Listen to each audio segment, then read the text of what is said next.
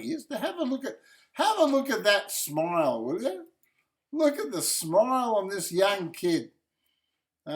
He's always smiling.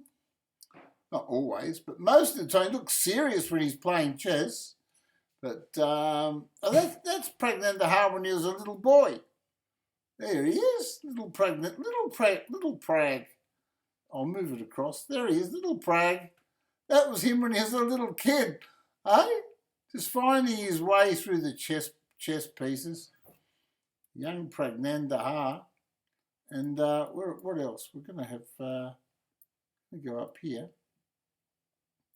But when he's smiling, You know what they say? When you're smiling, the whole world smiles with you.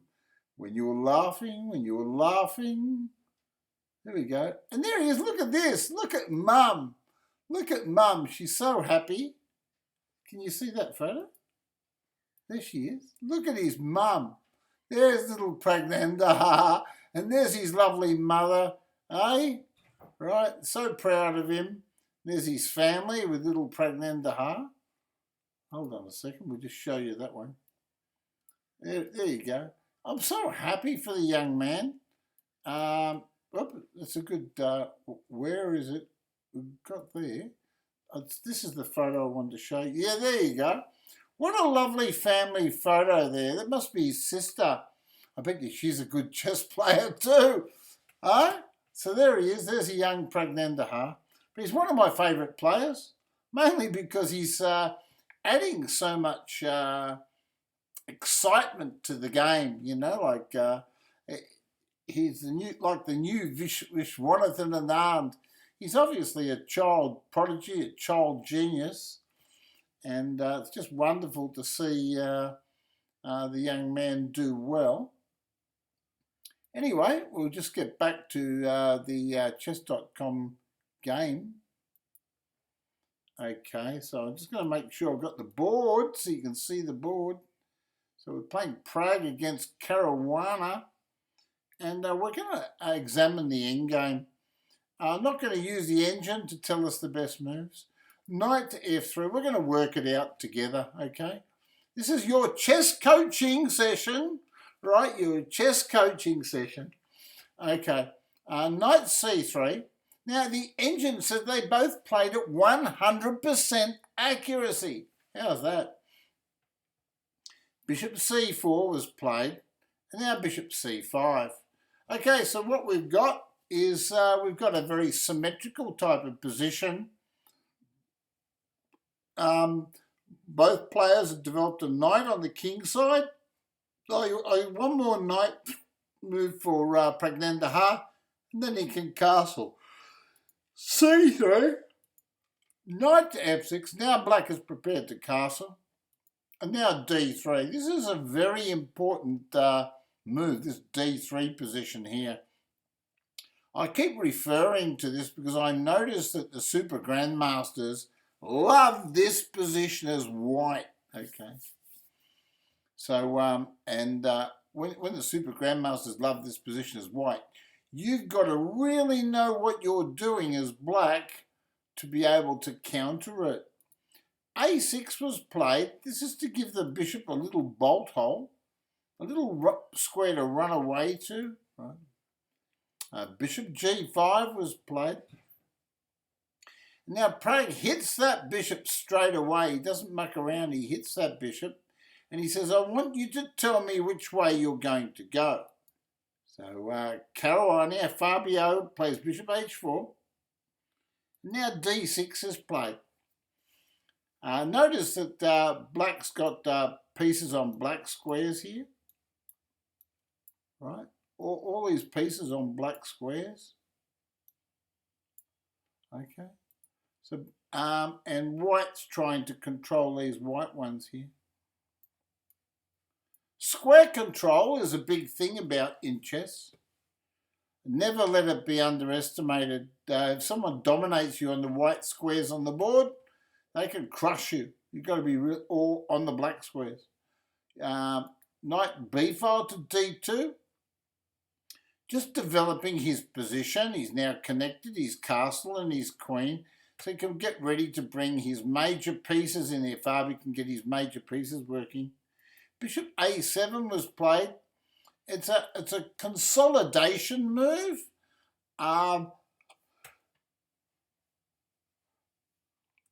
It's preparing to be able to counter any central pawn pushes. Castles by white and queen to E7.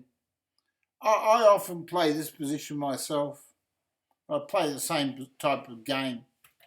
And you know where I learnt this type of position? I think it was basically something in Irving Chernev's book. This is for real beginners. If you're only rated, like 600 or 700 or 800, and you want to start playing better chess, and you want to get a chess book, because people do ask me, what chess book should I get, John? Well, for the absolute beginners, and you really want to buy a chess book, I don't think they're absolutely necessary, but I recommend this book. We're just going to digress for a minute before we go on with the game. And it's...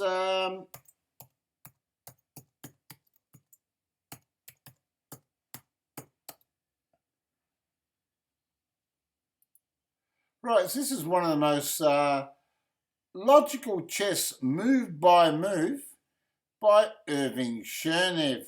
Okay. Okay, so this is it. Right,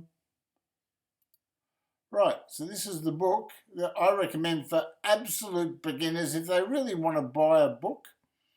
I'm not getting any money for promoting the book or anything like that. But as they say, Irving Chernev explains 33 games in absolute detail, and the explanations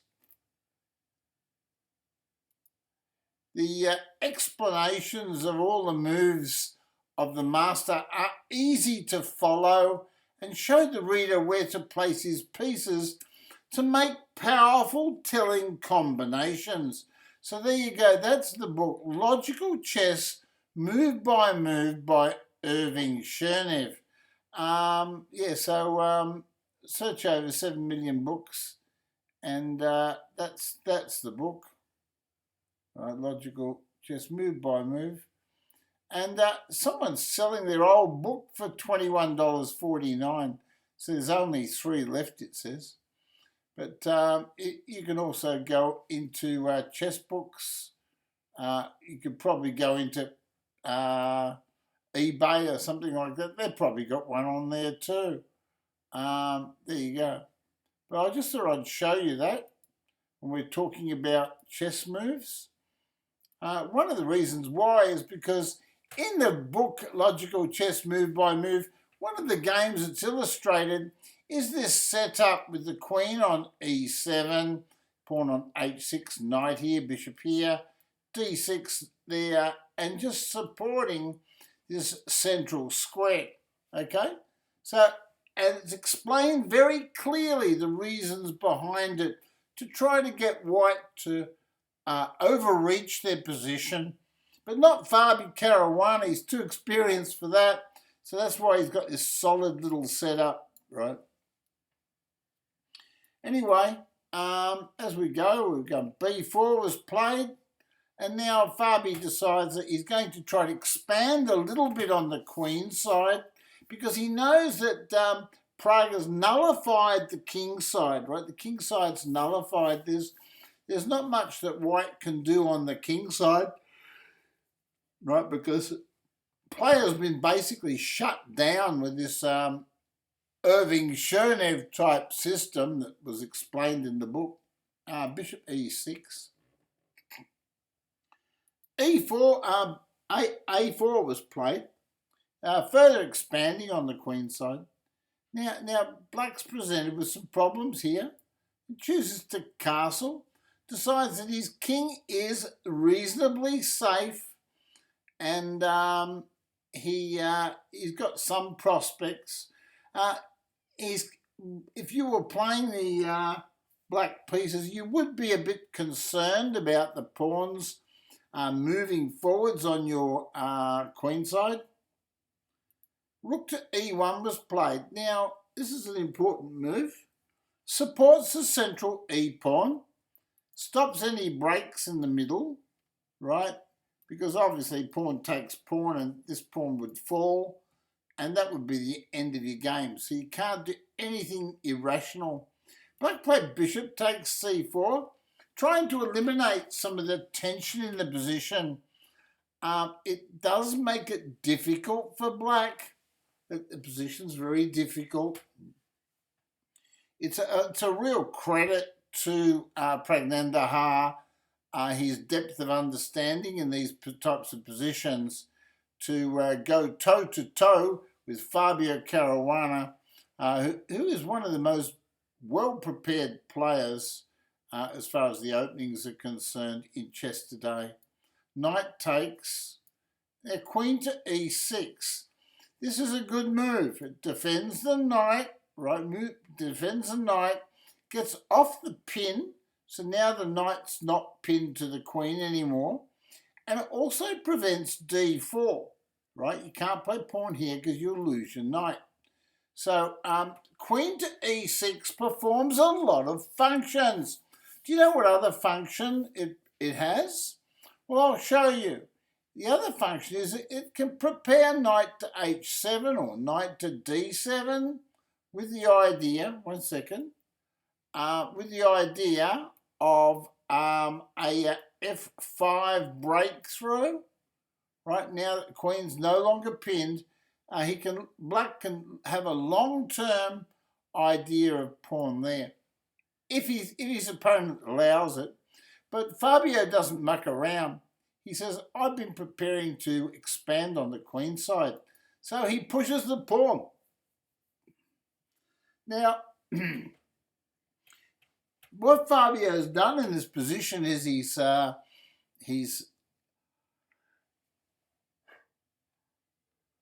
secured the centre of the board with his placement of his pawns on d3 and e4, and his rook on e1, so that the d-pawn black's d-pawn can't move forward.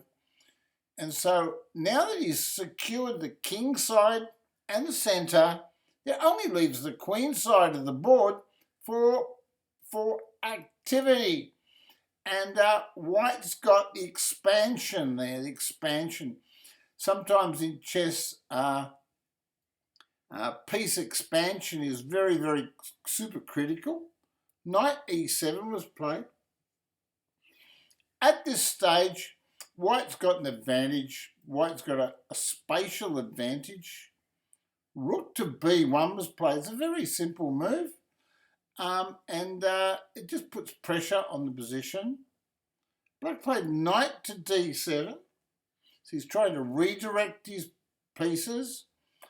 He may want to play knight to g6 and f5 for counterplay. Okay. Bishop takes e7. He says, well, I'm not going to give you a chance for counterplay. So Fabio, the most beautiful man in the world, he captures the knight on e7 and he said, well, okay, you got to go backwards, son. So he does. Queen takes e7 and now d4. So white has achieved all his goals, right? So black has still got that Irving Chernev type system that I spoke about of controlling the e5 square. This is super critical to the position because, as you can see, there's a lot of tension on this square. However, as long as this square control can be maintained, black is okay for the moment. But there's tremendous pressure on the queen side too, right? So you can't make an error in this position. What's the highest rating chess.com gave you after a match analysis? Oh, 3,000. 3,000, I think. I think I got a 3,000 rating performance against the Ding Liren bot, right? I think so. I think it was 3,000. Trog says, I don't know about Castle. He says, ever since the Hans saga, he says, I was turned off him. Well, I sort of tend to disagree.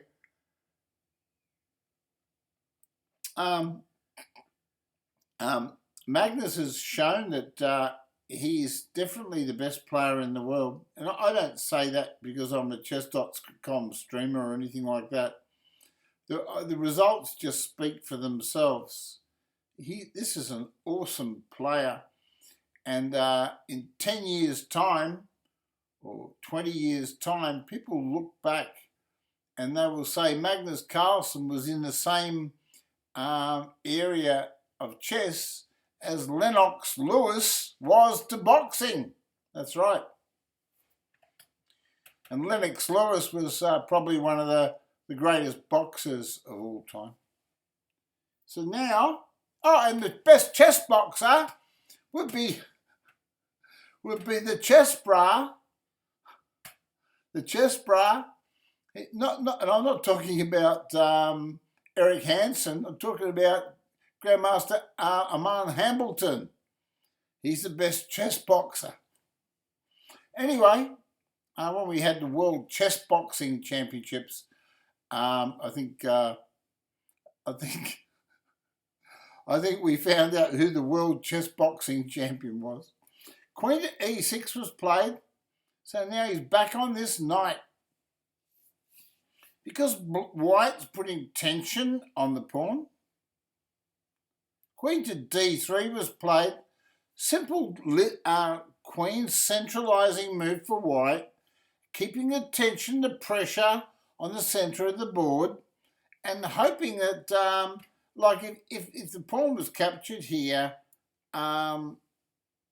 it could be lights out very quickly. Rook of A file to B8. So now Black is trying to find the very exact moves that will give him some sort of chance at a draw. But in this position, the evaluation bar at chess.com clearly stating that White has got command of the game. So Fabio has played the perfect game. And as we can see, I'll show you this 1 minute. I'll just move the board over slightly. Both players are playing at 100% accuracy. See the 100% accuracy? So this is an almighty battle between these two great champions. One of them being just a young kid, really. B takes A6. Now, I don't know about this move. I don't know, I'll be honest, I don't know how to improve the position. But B takes A6, Rook takes B8, Rook takes B8. Now, a lot of players would start collapsing here. There's a whole lot of sneaky moves sneaky moves going on. Like if this knight moves here, for instance, queen takes pawn is a really massive threat. Knight to A5, he plays it. E takes D4. He's striking back in the centre now as best as he can. Knight C6, he says, I'm after your bishop. And now knight to C5, he attacks the queen. Now the whole purpose of this knight C5 move is if White takes the pawn, well, he's no longer got that lovely pawn centre, right? So you can't take the pawn, but he does. Queen takes D4. Anyway, we've got 5-6 pawns against 6 pawns. I'm not impressed with this position. Not impressed at all. After knight C5, I'm wondering, why can't you play queen to B1? I suppose the knight can capture on e5. What about queen to d1 as a move? Let's examine queen to d1. Because the bishop and the rook are attacked. The engine doesn't like it. So there you go. Well, they played it 100%. I like queen to d1 because I could then take that pawn off. Anyway, rook to a8 was played. White played a5. And now, as you can see, the position is very. This knight here is just annoying, isn't it? Queen to e8 was played to remove the annoying knight. Queen to d5, he says, I'm going to keep my annoying knight. And now knight to d3, he says, well, I'm going to attack your annoying queen and your castle. He wants to play knight here as well. He says, I'm trying everything I can to move your queen away from this knight. So he gave him a check, and he says, well, you can't take my knight because if you take my knight, I'll take your castle off. So if you take the knight, you're going to lose the castle in the corner. So he's now in check. The king went to the corner, and now queen takes knight. He says, well, that must be the best move. He couldn't find a way to proceed. And now queen takes e7. And now in this position, white played g3. Now, do you know why? Because you can't take this pawn. You'd love to take this pawn, but you can't. If you take that pawn, bishop takes pawn check will win the queen, right?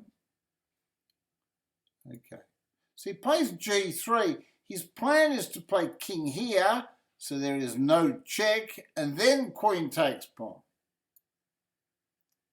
Bishop c5 was played, and now knight to d4.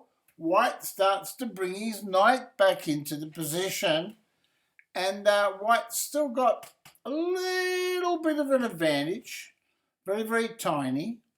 Queen to d7 was played. And now queen to c4. White's trying to just creep up on black and pressurise him a bit. He played king to g8 to put his king on a better square, possibly for an endgame. He might be looking at an endgame later, and he knows he wants to hold his f-pawn. So king to g2 was played, and now White similarly has placed his king on a good square, good safe square that can't be given a check by the black bishop. Rook to a7 was played. Now this is an attempt to activate the rook partially, and to be able to transfer the rook to the b file in some variations. Rook here, and maybe rook here, if he can get some play. Right? Rook to b1 was played, and now this is a really top move because it controls the b file. Now black's rook in the corner can't be activated. White played queen to e8, threatening a pawn with check, at the same time controlling the square so the knight can't come in. If the knight was able to go in there, the game would be over. Queen to d5 was played, very threatening move. And now White's threatening to win in one move. Knight here wins, right? So black must capture the knight at this stage. C takes d4, question mark, not the best. Have a look at the evaluation bar. It's just slightly better for White. Let's have a look and see what would have happened if queen takes. Well, White's got a big advantage. So that was a better move, right? Because the castle can't go here. the castle's really got to go back here. And then white's got that spatial advantage. Here we go. G6. It's a mistake, little mistakes. But you've got to feel sorry for them here because they're going to get to the time control, right? At this stage, they've got to head towards the time control. The time control is 40 moves, 40, so they're going to make the 40 moves in the time control. We're at move 35. E5 was played. Captures, and now queen to A8, exchanging queens, because the queen is pinned to the king. Queen to F3 was played, encouraging black to take the queen, and then the king could recapture and go quickly up here and win the endgame. C5 was played, question mark, and now rook to B6, exclamation mark, and now this rook, this castle, is tying black down completely. So he takes the queen, king takes, and C4, he starts pushing a pawn. He says, my only hope, Obi-Wan Kenobi, is to push a pawn. Rook to C6, wrong move. So what is the right move here? What move would you play in this position? Well, I must admit, I like king to E3. And do you notice the evaluation bar? I told you I was a 2400 plus endgame player. King to E3 is the best move. Have a look at Fabi's evaluation bar, right? My move is the best move, king E3, right? I'll tell you why it's the best move. You play rook C6. Now, this stops, this move stops this pawn. However, it frees the castle to attack two pawns. Right? Okay. It frees the castle. Also frees the castle to go here and threaten the two pawns. Actually, this one's stronger. Right. Right. Okay. Now, one of the reasons why king here is so good is because if you play king E4, you can't get underneath the pawn from here. You can't get underneath it. Black can play rook here and start to push the pawn, right? And get his rook in here, threatening all these pawns, and also come here behind the passed pawn in case white captures the A pawn, right? Can you see that? So this is all about activity for the castle. And also with this king E3 move, you can get access to going underneath the pawn. And by being able to go underneath the pawn, you can block the pawn, right? And then play the rest of the game with your active castle. Try to do a bit of damage. Okay. So king E3 was best. So we're going to go back, but it wasn't played. Bishop D4. C takes D4. D takes E5. Takes. Queen to F3. C5. What would be at queen to F3. King to F3. C4. Now rook C6. Okay. Rook D7 was played, just like I told you. Rook takes A6 now. At least Fabia's now got a outside pass pawn. But he's got a problem. And the problem is that rooks go behind pass pawns. But of course you've got to capture it. But if you want to be winning the game, rooks behind pass pawns win. Okay? Now c3 was played. He's jettisoning the pawn. And now you've got to stop that pawn. So he plays rook c6, the only move to stop it. And now rook here attacks a pawn. And after a6, he pushes the pawn, forcing white to capture the pawn.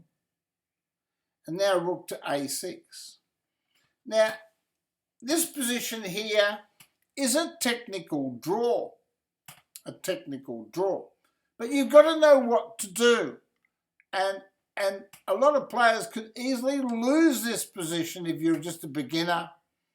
But Praggnanandahh, the genius that he is, the accurate player that he is, all those years of study as a young man, he knows how to play these endgames. And rook c8, king g7, rook c7, and there's a trick here. If the rook moves away somewhere, like rook here, pawn here will win. He's trying to push the pawn while it's pinned against the king. This is the idea. King g8 was played. That prevents him doing any silly stuff. Rook to d7 is played. Now he wants to change rooks here and push a pawn. Rook e3 check, king e4, and now rook to a1. Rooks go behind past pawns. h4 is played, and now h5. So now black's position is secure. He's nullified any pawn moves. f3 is played, rook checks from afar, rook to d4. Now you can't change rooks because you lose the game, you're pawn down. Rook to a3, king to f4, king to g7, and now g4. He thinks, well, the only way I could possibly win this is to create an outside pass pawn. And you're right. But h takes g4, f takes g4, and now rook to a5. And now black's just putting pressure on the position. Fabi takes a last-ditch chance at winning, plays pawn there. G takes h5, G takes f5. And the whole idea behind Fabi's play is that what he's hoping for, if he was playing a beginner, the beginner might go over here to win this pawn and then lose this critical pawn here, and this pawn would queen, right? So then you'd lose the game, right? So accurate play is required by black. f6 is played, and now he's challenging the pawn straight away. h6 check, king takes, and now he realises you can't win. Rook to d6, right? And even though white has achieved all his goals, white's achieved all his goals, and he's got the pawn. He's got an outside a connected pawn. Position's a draw. King to g7. Rook takes f6. Rook to a1. He's got the castle behind past pawns, right? So it doesn't matter if your castle's behind a pawn to push your pawn forwards, or a castle's behind the pawn as a defensive manoeuvre. Rooks go behind past pawns in endgames, right? Remember that, okay? King f5. Now rook a2. Very important here that he doesn't check and allow the king in here, right? He doesn't want to check him. A bad move, king to f5. A bad move in this position would be rook checks. It's a very bad move, right? Could be a losing move, right? I'll show you the evaluation, but watch this. Look. Still equal. Still equal. Amazing, isn't it? Yes, that might still be equal. Rook to b6 was played. King f7, rook to b7, king f8, and now king f6. Now rook checks, king e6, and now he's got this position. And this is a well-known position. It looks like you could possibly win, but you can't win. You can't win this position. The game continued. Rook b8, check. King g7, rook e8, rook a2, rook d8, rook e2. Most important thing is be on that pawn. So that the king can't get here. The king gets here and the pawn moves forwards. It could be a win for white. Rook d1, king f6. Now rook f1, check. King e8. And he says rook a1. And he goes back king f8. And there's a good little variation here that goes, if you play king here, right, you can check and go back, right? But I actually think you can actually play, yeah, you've got to play rook check, yeah. Okay, rook e1, rook a8 check, king g7, king d6, right? He wants to go forwards. King f7, that's the exclamation mark move. That's the only move to have the draw, because any other move, right, any other move stops pawn forwards because you can actually take it off. Right, pawn check. You can take with check. So you capture with check. So king d7. Rook to a5, he protects it. Rook d1, check. Rook d5, he says, let's swap. He says, all right, I know how to draw endgames. King takes d5, and now we're going to have a situation where we've got the opposition. King e7, best move. Any other move loses, right? King c4, and now he just let him take a pawn because he knew it was a draw. There we go. So it was a long game, I know, but it was from the World Cup, and it was a critical game. And so far, we've got Praggnanandahh and Fabio Caruana drawing their match to play Magnus Carlsen. Now, isn't it interesting? Next game, Praggnanandahh will have the white pieces. He'll have the white pieces against Fabio Caruana. So we're going to see a really fantastic game next game, because Praggnanandahh, one of the greatest attacking players in chess today, he's got the white pieces, and he'll be pressing the position against the number 2 in the world, I think he is, Fabio Caruana. He'll be pushing him. Anyway, let's have a look. G'day Maria Tage, welcome to the stream. G'day Cyrilou, ex-Brad Chan. Yeah, okay, Regina Bianca, hello. Hey, so I'm going to show you a game that I played yesterday. I'm going to go through some of my games, because I know you guys out there like to be coached. I get people asking me all the time, oh, will you coach me, John? Well, being a streamer, it's very, very difficult to coach people personally, unless you're going to get paid $100 or $1,000 an hour or something crazy, right? Yeah, it's just not worth it. All the work that's got to be done to coach people individually, unless they pay a really exorbitant amount of money and they're quite wealthy. So you get the coaching here on my channel. We go through the games together. We teach you how to play, and you've only got to subscribe to the channel, and it's only a small, modest amount of money. You can get a free subscription too here.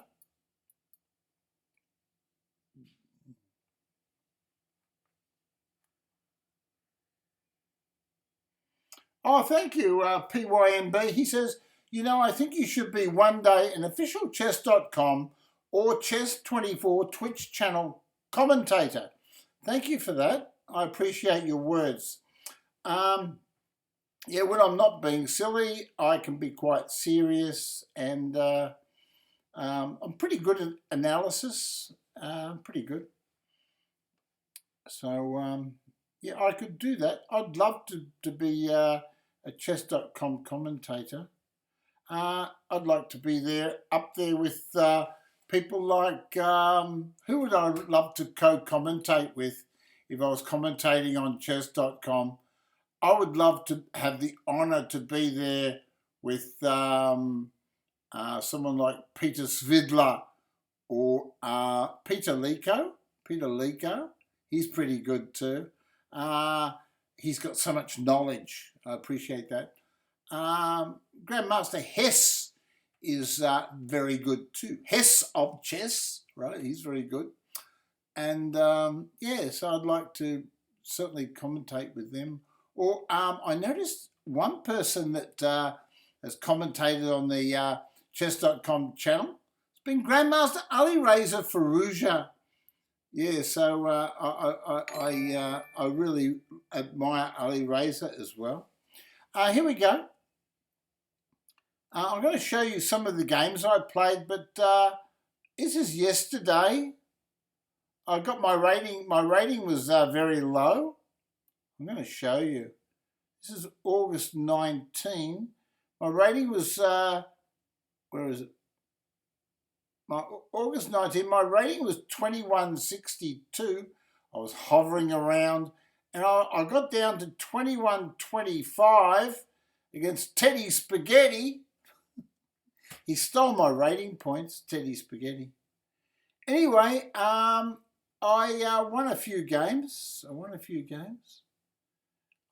a game against Women's FIDE Master Gazpak. So that was good. Let's have a look. But the game I want to show you, the first game I'm going to show you, is my last game of the 20th of August. The last game I played. Here we go here. Here we go. I'm playing Mineral Fellow. He's 2175, right? He's 2175. And I deliver a good check. Hold on, I've got to hide it. Don't look at the board for a second. Don't look. Don't look at the board. I've got a surprise for you. Don't look. Don't look at the chessboard, right? When it comes up. It's going to come up any second. Don't look at it, right? And then we'll play through the game and I'll give you a surprise. But don't look at the... Keep your eyes closed. Keep your eyes closed. It's loading now. It's just a little bit slow. It's loading. Come on, you silly old chess.com. Load the board up. Come on. This is against Mineral Fellow.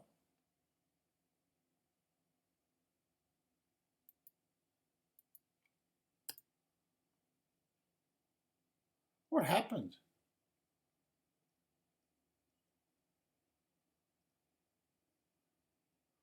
Oh, here it is. Now, don't. Okay, here we go. This is my game against Mineral Fellow yesterday. He's 2175. And Mineral Fellow comes from South Africa. What happened? What happened against Mineral Fellow? Oh, there he is. Mineral Fellow comes from South Africa, right? And this is the game. Just make sure you can see this, all right? Okay. This is against Mineral Fellow. So he played e5. And, right, he played e5.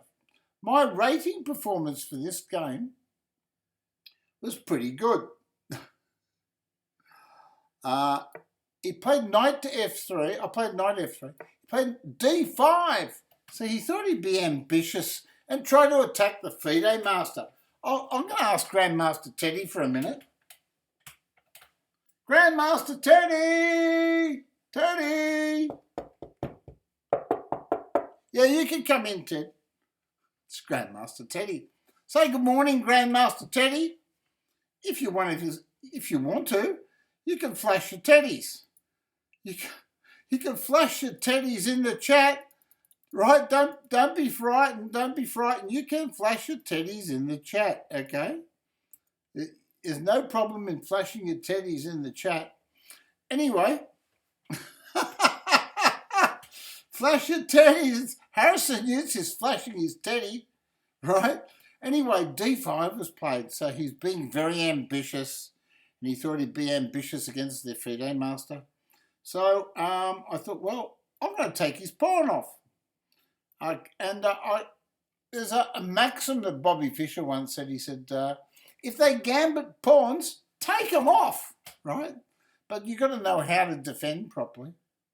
Anyway, I played knight takes pawn. I thought, well, now I've got 2 pawns, and he recaptured with the queen.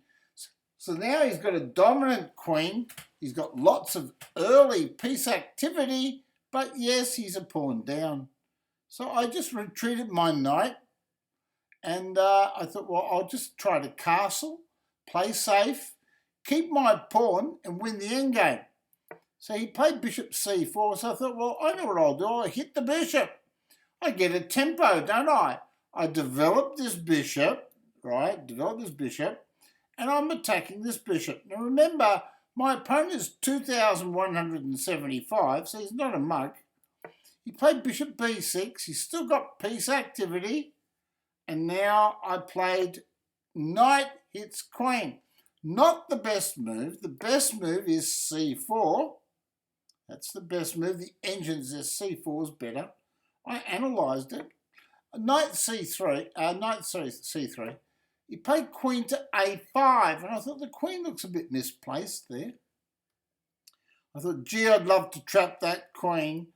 I played bishop c4, and my idea now is to castle as quickly as possible.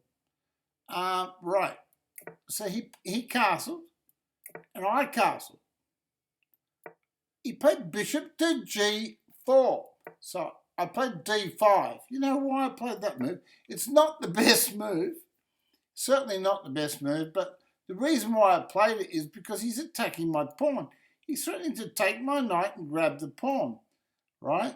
So I thought, well, if I push it, it's an extra pawn anyway. Even if I lose it, well, I'm not losing the game, okay? So he played knight there. He wants to activate all his pieces, and it's a good idea. He wants to play knight here, which is a really annoying move. So I played h3. I thought, well, I'll let him play it, but I'll try to hold on to the pawn. And he played bishop h5. Excellent move. So I thought, what do I do here? How do I cause trouble, right? Well, I played a3. You know what I'm threatening here? I'm threatening to trap his queen. That's right. So I can play the queen alert alarm. I want to play pawn here and trap the queen, trap the black queen. Slightly misplaced. But he plays queen to c5. He sees that because he's a good player. So I play bishop to a2 and hit in the corner. Now I want to play knight here and hit that bishop. I'd like to hit that bishop. Because if I can play knight here and take that bishop, I can push this pawn up here and hold my pawn. Anyway, played rook on the f file to e8. This is getting very serious. In this position, my best move is probably knight here, maybe. It's hard to say, but knight there might be the best. But I didn't do that. I played bishop e3, and he played the best move. He played rook takes, not bishop. It's the best move. F takes, queen takes e3, check, king h1. Now I've got some trouble. He's got this knight move here, knight here. This looks pretty dangerous, knight there. But he never played it, I don't think. He played queen to h6. You know what he's planning? He wants to play bishop here and take this pawn. Anyway, I'll show you what I did. I started panicking here. I did. I started panicking. And I thought, well, my piece is not working. So I opened up my bishop. Right? I opened up my bishop because the pawn was blocking my bishop. There's no point in having a pawn extra if you're going to get checkmated, right? And he's got a lot of pieces near my king, right? Because when we look at this position after queen h6, he's got a bishop attacking my king, a knight that can come in here and attack my king. He's got another knight here that can follow on and attack my king. But he's got a queen and a bishop there. See, he's got a lot of pieces near my king. I didn't like that. So that's why I opened up my bishop. Anyway, he played bishop to g4, and now he wants to take this pawn off, or he wants me to think that he could take the pawn off. He also wants to play knight here, to give me a dirty big check down there. That's right. So he's got a big threat of knight here, right? Anyway, so I played knight to d5, right? And, well, his best move is knight here probably, but then I could give him the exchange back, let him have the check, and take his bishop off, right? I want to take the bishop. I don't care if I lose my castle. I don't want to get checkmated, right? So I played knight to d5, and he took it off, right? So I played queen takes d5. And now he played c6. Well, he's in time trouble. So I took a pawn with check, and he played king h8. Right? So I played rook here to e1, right? Not worried, because I don't have to worry about bishop takes pawn. If he takes the pawn, I just take back and put my knight here, and I'm fine. So at this stage, I've survived his attack. I've got 55 seconds on the clock. My opponent's got 31. And I thought, this is a good time to trick him. Well, he played knight to f6 to get his pieces working. So I played knight to e5. I thought, well, I know what I'll do. I'll let you think that if you take the pawn and I take back, you will checkmate me, right? So that's what I thought. I thought, I'll let him think that. Anyway, he did. He took it off. He fell for the bait. And so what did I do? What did I do, folks? You tell me what I did. In the chat, come on. What move did I play here?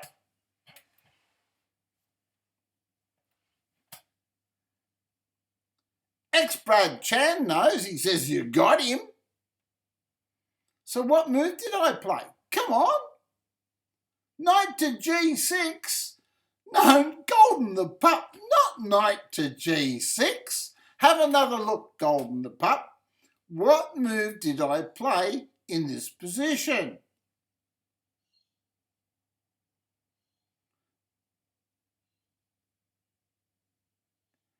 Business Memo says I'd play h. Queen to g8, that's right. I gave him the queen. And now it's protected by the bishop. And now he can take with the castle, right? And that's checkmate. It's exactly the same if he takes with the knight. It's checkmate. It's a smothered checkmate. That's right. Yeah, we tricked him. We tricked him. But that was nice. It was a nice game. So we won that game in 23 moves against the 2175 player Mineral Fellow. But I won a few good games yesterday. It's a very, very nice checkmate. Yeah, we should. It's a nice smothered checkmate. It's always nice when you get a smothered checkmate. But it's even better if your opponent is 2100 plus. Or if you could smothered checkmate a grandmaster would be good, wouldn't it? Right. So what other games did I play yesterday? I played some good games yesterday. I'll show you one other one. Oh, by the way, when I played Mineral Fellow, I'll just show you. I didn't show you everything about the position. I just want to tell you what the rating performance was for the game. Right, the rating performance, the rating game review. And normally under the chess.com game review, they'll give you your rating performance from the game. And then you'll know whether you actually played well or you played badly, right? And my rating performance was the game was, let's wait for it, it's coming up now. So I played at 89.2% accuracy, and my rating performance was 2,550. How's that, eh? Is that good? So I played at 2,550 and 89.2% accuracy. So that was good. I was happy with that. I'll take that any day of the week. What do you think, Teddy? Oh, you played well, Johnny. I like the smothered checkmate. You like the smothered checkmate?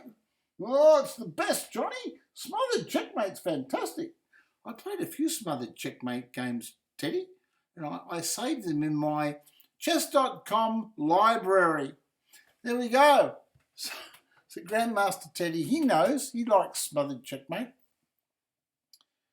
Anyway, what we're going to do is we're going to see if we can find one other game from yesterday, because I did play some good games. I was heading up to my 2200 rating, and this was the 20th of August, 20th of August.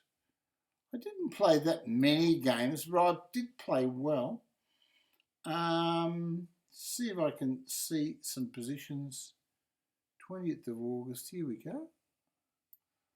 I'm checking the positions out. I'm looking for final chess positions. I beat a FIDE master, Scipi. He was 2,180. I beat him.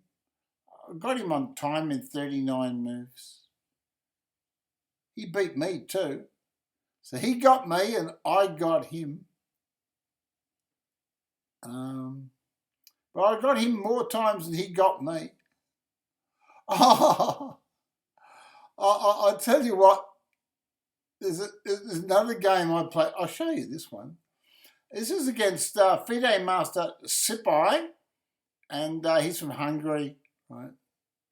And it's an interesting game, right? The finish is good because mainly I played for this diagonal in the game. I'll show you the game. I played for this diagonal, right? The old long-term diagonal. Yeah, so here we go, D4. And, right, in this particular game, I'll do the game review. I'm checking the game review. It says, during the 1978 World Championship, Anatoly Karpov, it says so, did something. I wonder what he did. I played at 96.8% accuracy. How's that? I'll show you. 96.8% accuracy. There it is. It says, sudden great win. You saw your chance and took it. So I'm playing FIDE master Scipi from Hungary.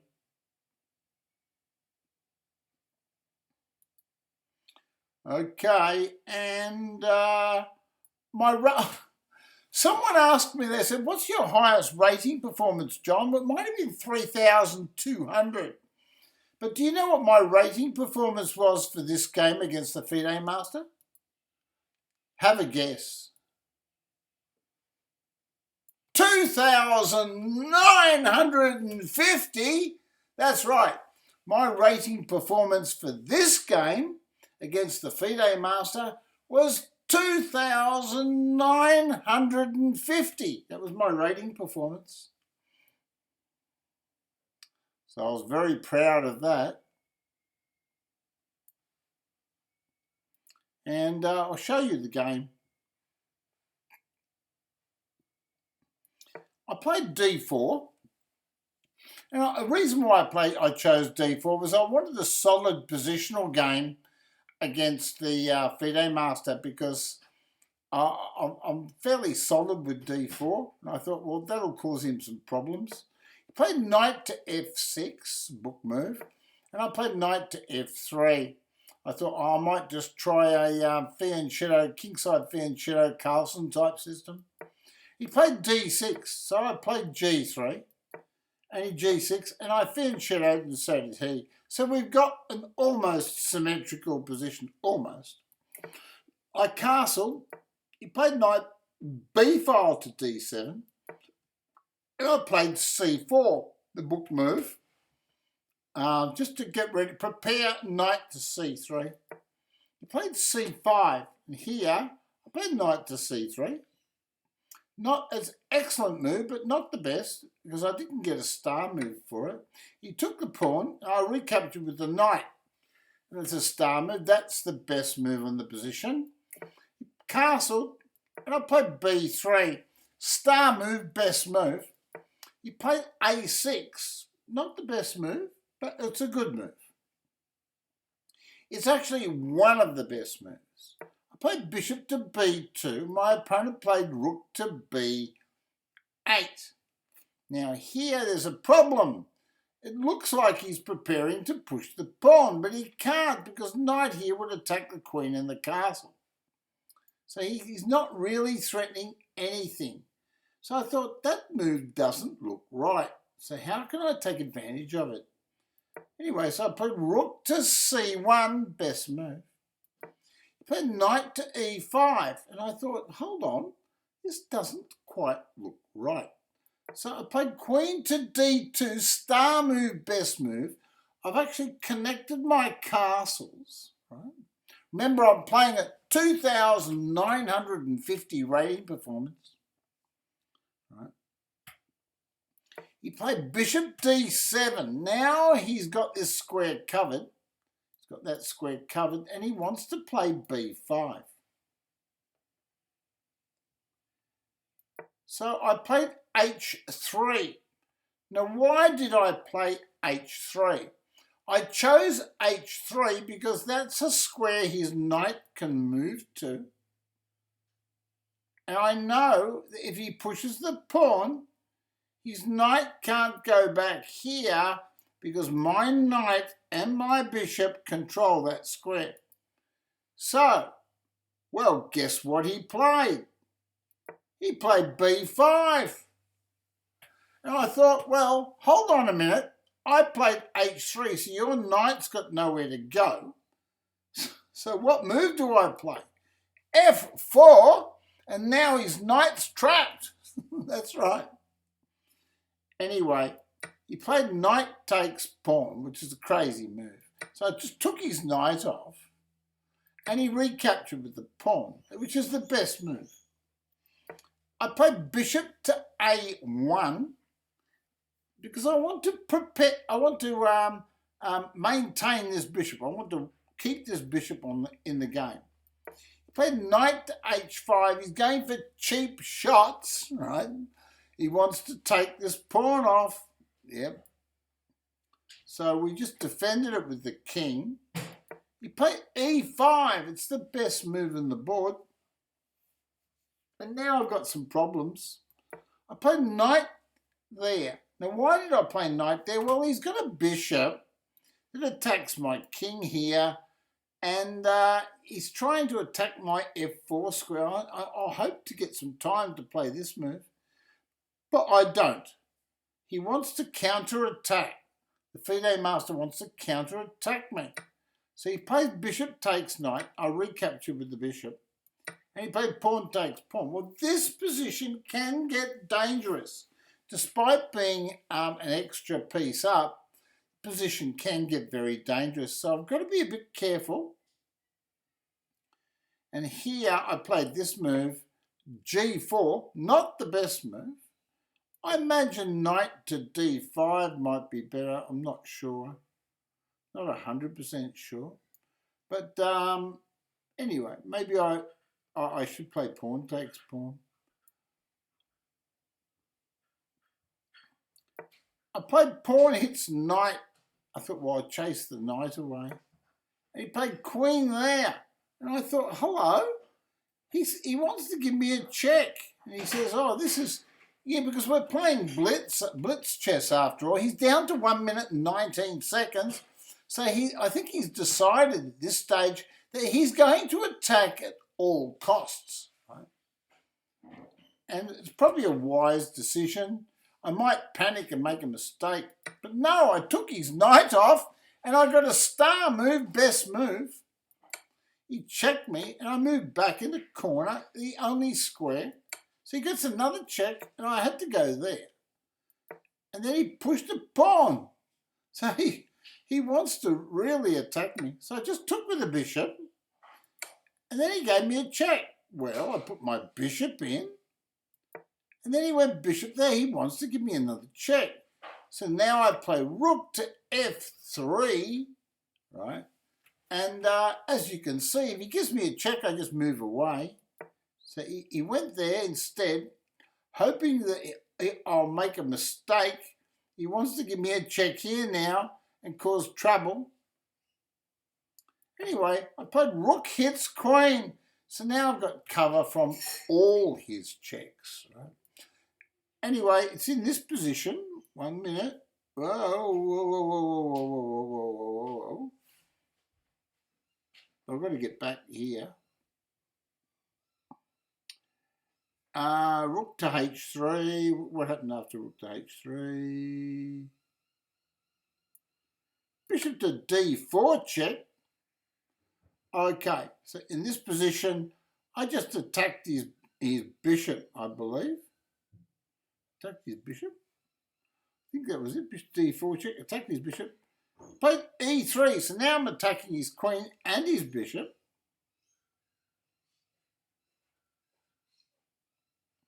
He played bishop takes c3. Well, he thought, well, I better get a piece for my my bishop because my queen's attacked. So I just took back with the queen. And then he thought, oh my God, I better move my queen, it's attacked. And I thought, well, that's a good idea. But now you've released my move, which is queen g7, checkmate. And that's how I defeated FIDE Master Scipi with a rating performance of 2,950. There we go. So there we go. That's 2,950 rating performance. I'm very proud of that game. It's a nice little game. Always good to beat a titled player. I've got Titled Tuesday on Wednesday here, on Wednesday morning. Australian Eastern Standard Time, we'll have our Titled Tuesday. I wonder what's going on here. A little bit of adjustment. There we go. Okay, so were there any other games that I should show you? What else have I been up to? Archive.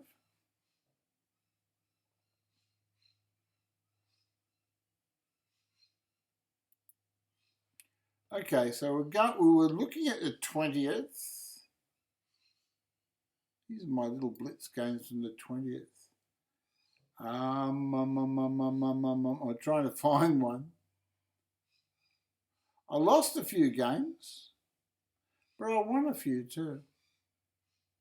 Oh, I can tell you how this is not a very high rated game, right? But I was very proud of this. I played 2 games against National Master Ortsnoy. National Master Ortsnoy and he's from the United States, and we have a couple of battles every once in a while. And he wins one, and I win one. He's rated 2,207, okay? And I'm going to show you this game because this game is a really good game from the point of view of attack and counter-attack, right? In blitz. Attack and counter-attack in blitz, right? The game is 51 moves long, but it is a good chess training thing on how to come up with ideas when you're under pressure. I played knight f6. I'm playing the black pieces, right?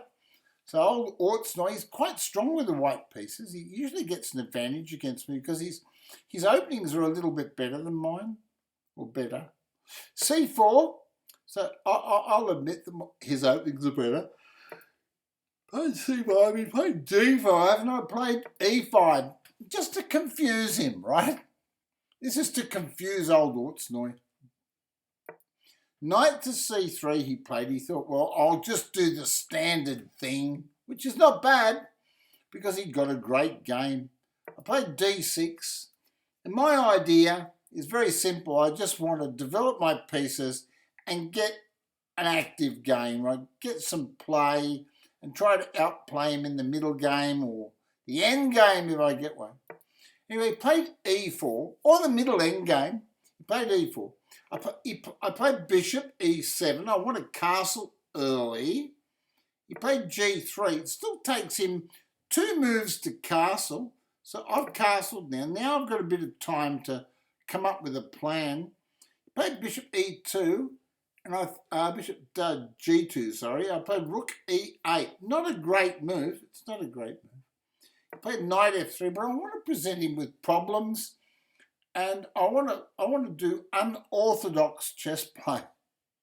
So I played bishop g4 because I recognise in this position, if I can exchange a piece off, it's very, very hard for him or difficult for him to take advantage of my situation.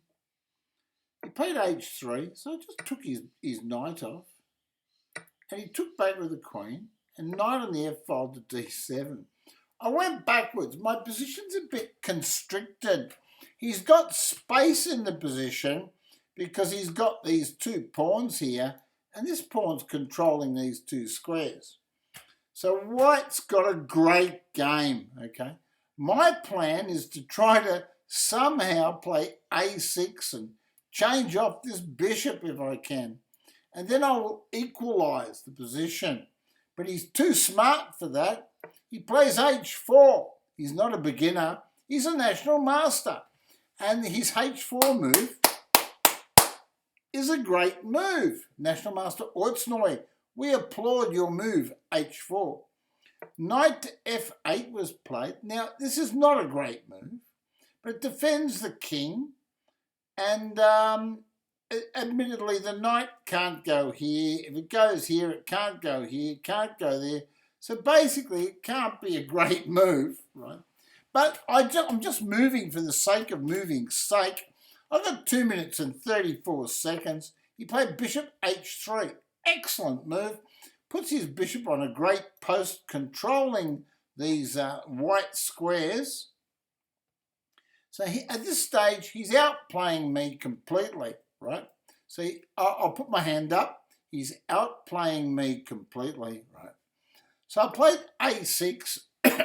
Again, I'm playing unconventional chess.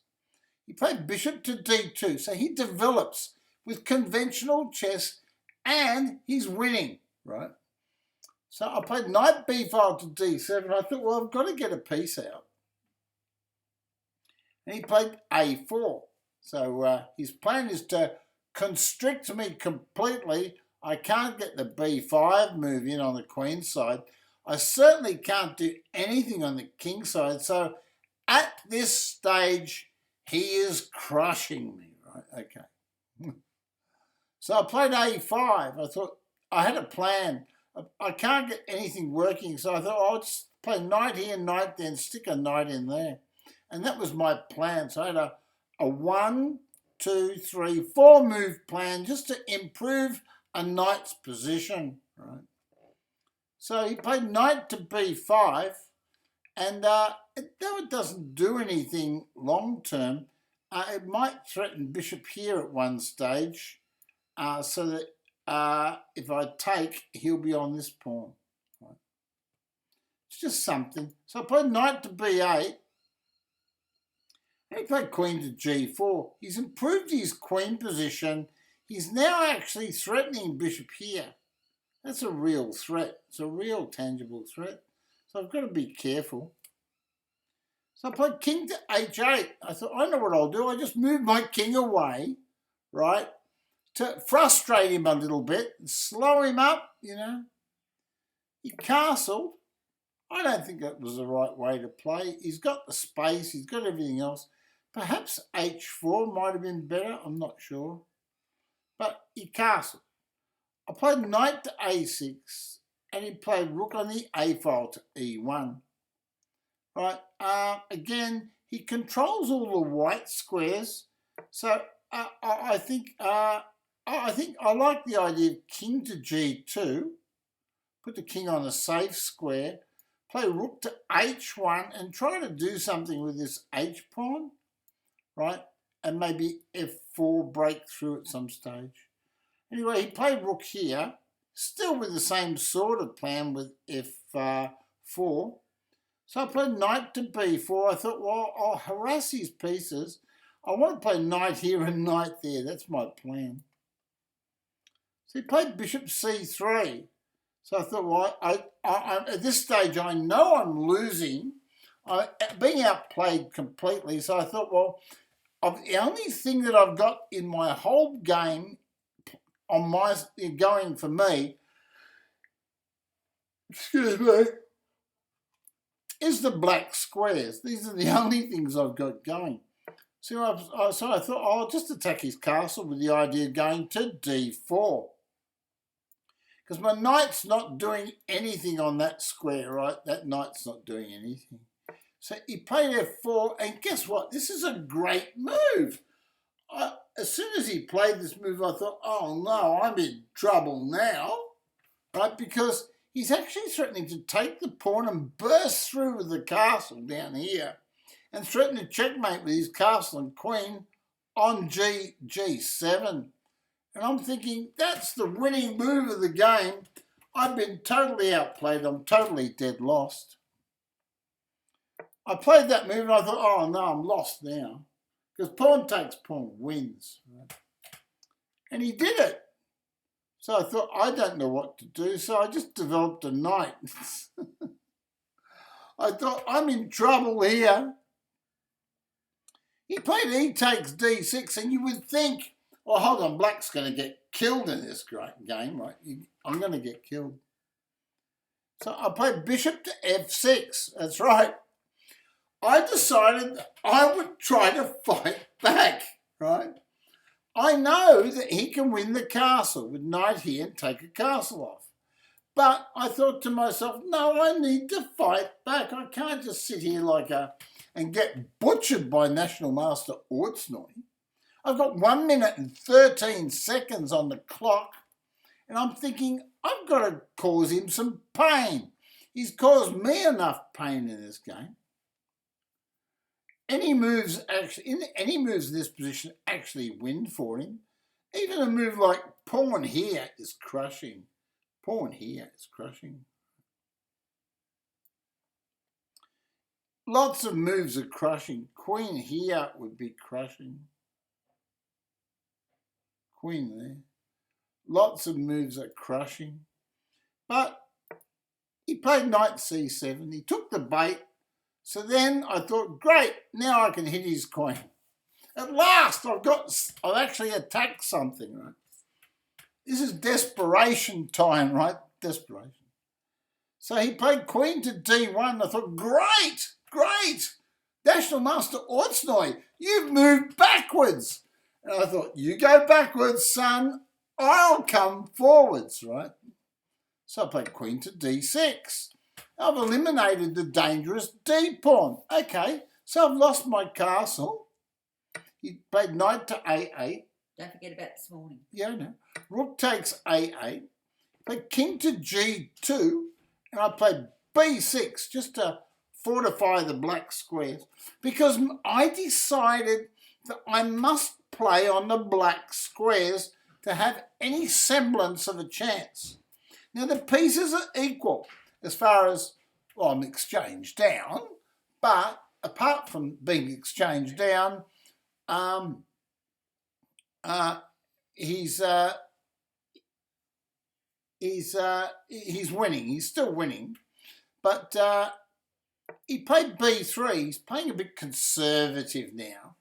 And the one thing you can't do against me is to play too conservatively, because I do play pretty accurate chess. So I put rook f8. So I'm defending this weak pawn so I can move my bishop, right, if necessary. So he played bishop to takes d4. I took back, and now I redirected my bishop, right? And then he played rook f5. He's threatening my knight. So I just played bishop c7 and protected it. And there's a reason for this. If he takes the knight, queen takes back, and even though he's got extra pawns, we've got bishops of opposite colours. He'll never beat me in the endgame with bishops of opposite colours. So he's reluctant to take the knight. So he played rook to e3, and now I've just played f6. I'm putting another piece on a black square. So again, I'm the exchange down, and but I'm causing him trouble. I've got 35 seconds on the clock. My opponent's got 1 minute and 4 seconds. He played h5, and he's trying to bust up my king. So I played rook to g8. That's right. I considered this move, and I thought, no, I've got to go for it. If you want to win a chess game, you just got to go for it. And my bishop and queen are lined up on the g-pawn. So I thought to myself, yeah, you push it, buddy. I'm going here. Well, guess what? He thought he was weakening my position. Misunderstanding the position with 49 seconds on the clock. So I thought, right, I just rip your pawn off, buddy. I'm lining up on your g-pawn. Do something about that. He played queen to c3. He panicked a little bit. You can't panic against me because I'll punish you. So I just played rook g6 and protected my f-pawn. At this stage, he's wondering, I've got all this extra material. I've outplayed the guy. How do I win a one position? Always a problem. How many times have you guys out there had a one position and said, I've got a one position, but I don't know how to win it? Well, he's got 42 seconds. He's a national master, and he's struggling to win it, right? So he played rook to f2. So what did I do then? Well, I played... What? What happened? He played rook to f2. I played queen to e7.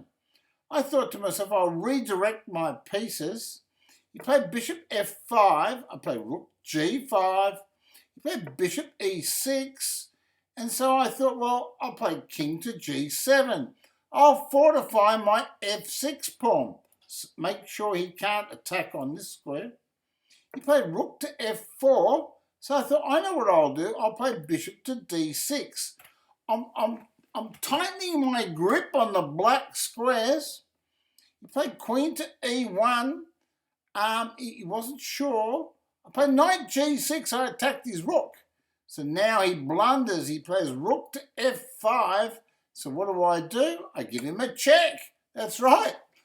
It's paid off. My accurate defence has finally paid off, and my accurate play, to garner a counter attack, is paid off because he's blundered.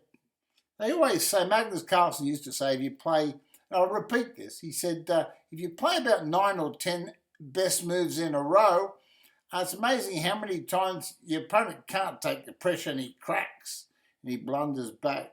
Anyway, so I checked him. He moved here, and I took his rook off, and he took back with the pawn.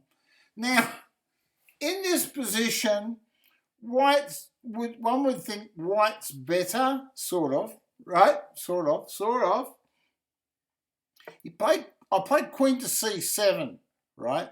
Now, in this position, I'd love to play bishop here, but no, rook takes bishop.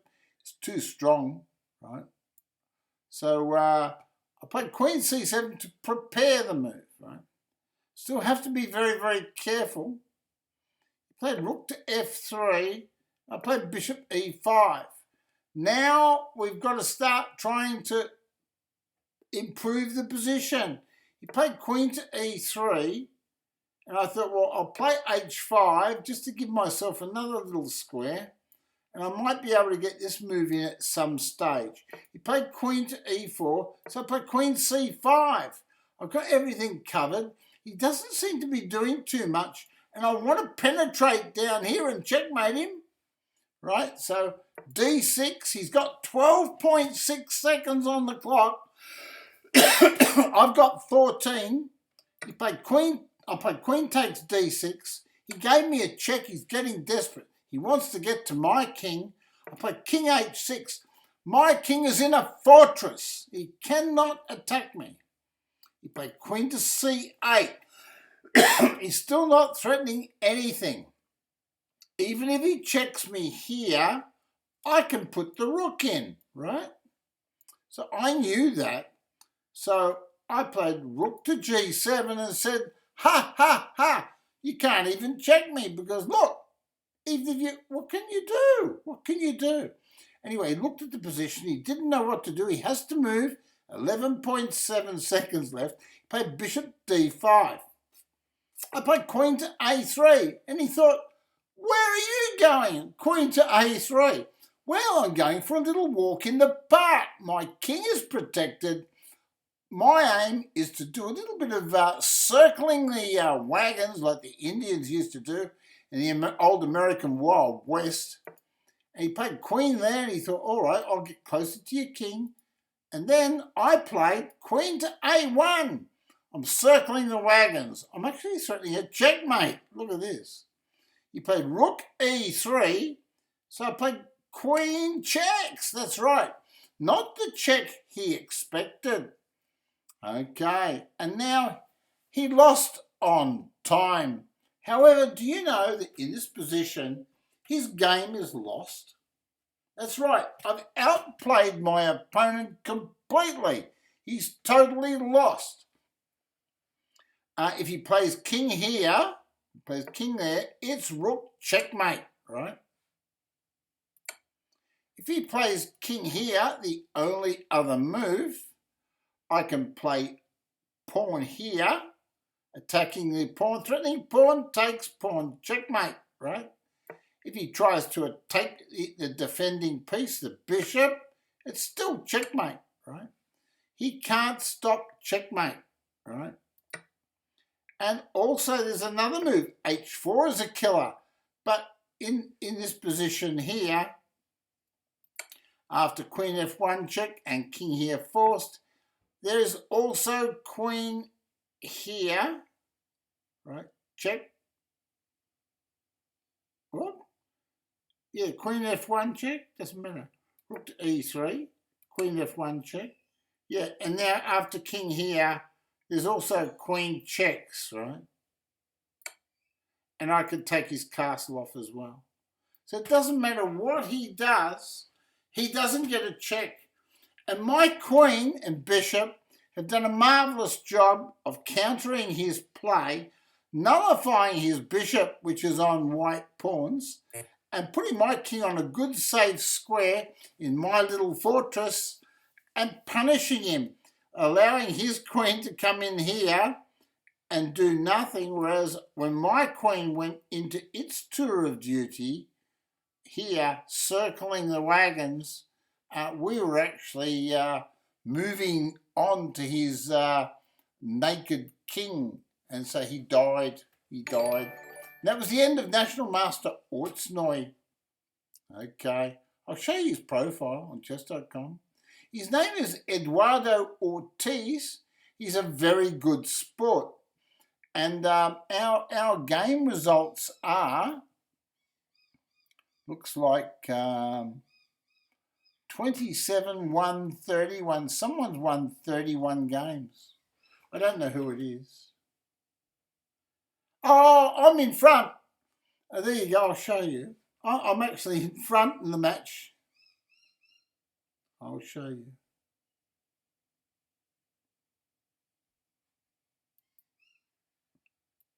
There it is. So I'm leading 31.5 games to his 27.5, and we've had one draw. So we don't get many draws between these two players, but I'm leading 31.5 to 27.5, so I'm very, very proud of myself. But he's a good player. He's got a rapid rating of 2,039, bullet rating of 1644, puzzles rating of 3157. So he's a very handy player. And I'd like to think that he's my chess friend.